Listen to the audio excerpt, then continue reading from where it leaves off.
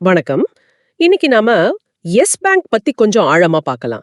அவங்களோட குறிப்பா அவங்களோட அந்த கடைசி ஃபைனான்ஷியல் இயர், அதாவது Q4 FY25 முடிவுகள்.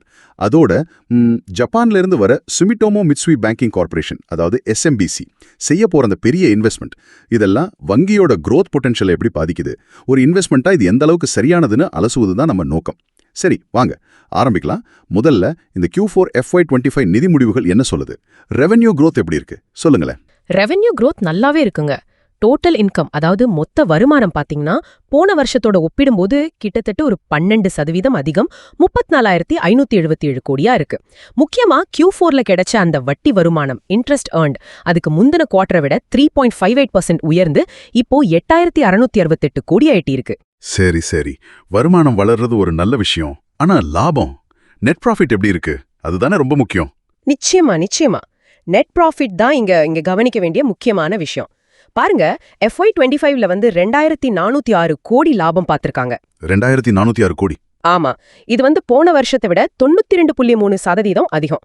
சொல்லப்போனா 2020ல வங்கி அந்த பெரிய சிக்கல்ல இருந்தது இல்லையா, அதுக்கப்புறம் இதுதான் அவங்களுடைய அதிகபட்ச வருடாந்திர லாபம். இது ஒரு பெரிய கம்பேக்னே சொல்லலாம். அப்படியா? ஆமா. நெட் இன்ட்ரெஸ்ட் மார்ஜின், அதாவது NIM, வட்டி வருமானத்துக்கும் வட்டி செலவுக்கும் உள்ள அந்த வித்தியாசம், அது Q4ல 2.5% உயர்ந்திருக்கு. காஸ்ட் டு இன்கம் ரேஷியோ, அதாவது செலவுக்கும் வருமானத்துக்கும் உள்ள விகிதம், அதுவும் 71.3% குறைஞ்சிருக்கு. இதெல்லாம் நல்ல சைன்ஸ். ஓ அப்படியா? இது வங்கியோட எஃபிஷியன்சி இம்ப்ரூவ் ஆகிறத காட்டுது இல்லையா? கரெக்ட். வங்கியோட செயல்பாடு நல்லா மேம்படுதுன்னு இது காட்டுது. வாவ், 92% ப்ராஃபிட் வளர்ச்சியா? ரொம்ப அதிகம். இதுல ஏர்னிங்ஸ் பர் ஷேர், அதாவது EPS, ஒரு பங்குக்கான வருமானம், அது எப்படி இருக்கு? முதலீட்டாளர்கள் இதை உன்னிப்பா கவனிப்பாங்களே? ஆமா. APSும் கூட கிட்டத்தட்ட ஒரு 94% அதிகரிச்சிருக்கு. FY25ல 0.91 ருபீஸா இருக்கு. போன வருஷம் இது வெறும் 0.47 தான். அதே சமயம் வங்கியோட ஒரு முக்கிய இலக்கு என்னன்னா ரிட்டர்ன் ஆன் அசெட்ஸ், ROA உயர்த்துறது. இப்போ இது 0.6% தான் இருக்கு, கொஞ்சம் கம்மி தான். ஆனா FY27க்குள்ள 1%க்கு மேலையும், அப்புறம் FY29-30 வாக்குல 1.5% ஆகவும் உயர்த்தணும்னு ஒரு டார்கெட் வச்சிருக்காங்க. ஓஹோ, 1.5%? அது நடந்தா நல்ல லாபம் வருமே. கண்டிப்பா. இது நடந்தா வங்கியோட லாபத்தன்மை கணிசமா உயரும். மற்றபடி அவங்க லிக்விடிட்டி கவரேஜ் ரேஷியோ, LCR 125% இருக்கு. அது ஆரோக்கியமான பணப்புழக்க நிலையை காட்டுது. CASA ரேஷியோ, அதுவும் 34.3% உயர்ந்திருக்கு. இது வங்கியின் நிதி ஆதாரத்துக்கு நல்லது. இந்த பெர்ஃபார்மன்ஸ் எல்லாம் நல்லா இருக்கு.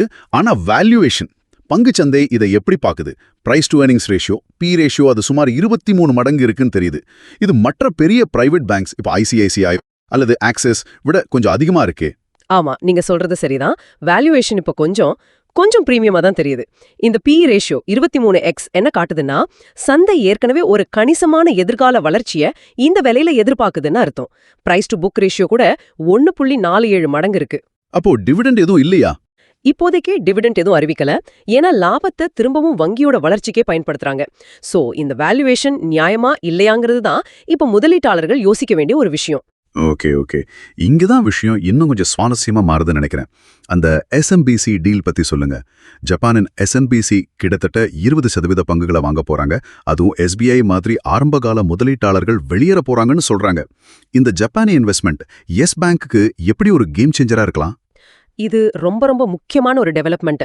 SNBC மாதிரி ஒரு பெரிய குளோபல் வங்கி கிட்டத்தட்ட 13,500 கோடி ரூபாய் முதலீடு செஞ்சு 20% பங்குதாரர் ஆகுறாங்கன்னா, அது எஸ் வங்கியின் எதிர்காலத்து மேல அவங்களுக்கு இருக்கிற ஒரு பெரிய நம்பிக்கையை காட்டுது. ஆமாம். இது வெறும் பணம் வர்றது மட்டும் இல்ல பாருங்க. SMBCயோட அந்த குளோபல் எக்ஸ்பர்டீஸ், குறிப்பா cross border finance, digital banking, இதுலெல்லாம் அவங்களோட அனுபவம், அப்புறம் டெக்னாலஜி இன்டிகிரேஷன், தேவைப்பட்டா எதிர்காலத்துல மேலும் கேபிட்டல் கிடைக்கிற வாய்ப்பு, இது எல்லாமே எஸ் பேங்குக்கு ஒரு பெரிய பலம் சேர்க்கும்.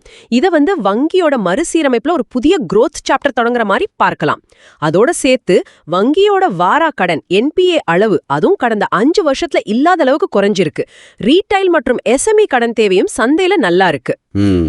அப்போ இத்தனை பாசிட்டிவ் விஷயங்கள் இருந்தாலும் முதலீட்டாளர்கள் கவனிக்க வேண்டிய ரிஸ்க்ஸ் என்ன? இப்போ குளோபல் பொருளாதாரம், வட்டி வீத மாற்றங்கள், இதெல்லாம் ஒரு பக்கம் இருக்கட்டும். ஆனா நீங்க சொன்ன மாதிரி அவங்க சொல்ற அந்த ROA இலக்குகளை, அதாவது 1% by FY27 அடைய முடியுமா? இப்ப இருக்கிற 0.6%ல இருந்து அங்க போறது ஒரு பெரிய சவால் இல்லையா? நிச்சயமா ரிஸ்க்ஸ் இருக்கு. நீங்க சொன்ன மாதிரி குளோபல் மேக்ரோ சூழல், வட்டி விகித ஏற்ற இறக்கங்கள், இதெல்லாம் ஒரு சவால் தான். முக்கியமா எக்ஸிகியூஷன் ரிஸ்க் இருக்கு. அதாவது மேனேஜ்மெண்ட் சொல்ற இலக்குகளை, குறிப்பா அந்த ROI உயர்வை சொன்னபடி அடைய முடியுமாங்கிறது ஒரு கேள்விக்குறிதான். சரி. இப்போதைய ROA 0.6% மற்ற பெரிய வங்கிகளோட ஒப்பிடும்போது நிச்சயம் குறைவுதான், மறுக்க முடியாது. ஆனா மேனேஜ்மெண்ட் ரொம்ப நம்பிக்கையா இருக்காங்க. அவங்க கைடன்ஸ் படி நடந்தா நீண்ட கால நோக்கத்துல ஒரு 3-5 வருஷங்கள்ல முதலீடு செய்ய நினைக்கிறவங்களுக்கு நல்ல வாய்ப்பு இருக்கலாம். முக்கியமா என்ன பார்க்கணும்னா, வங்கி இப்போ வெறும் சர்வைவல் மோட்ல இல்ல, ஒரு ஸ்ட்ராட்டஜிக் ரீபில்ட் மோட்ல இருக்கு. SMBC மாதிரி ஒரு பெரிய ஸ்டேபிள் முதலீட்டாளர் உள்ள வரது இந்த ஸ்ட்ராட்டஜிக் ரீபில்டுக்கு ஒரு பெரிய பூஸ்ட் கொடுக்கும்னு எதிர்பார்க்கலாம். நிலையான வளர்ச்சியை நோக்கி வங்கி பயணிக்க இது உதவும். இந்த கலந்துரையாடல் பத்தி நீங்க என்ன நினைக்கிறீங்க? உங்க கருத்துக்களை கீழே கமெண்ட்ல சொல்லுங்க. பார்த்ததுக்கு நன்றி. நாம அடுத்த டாபிக்ல சந்திக்கலாம்.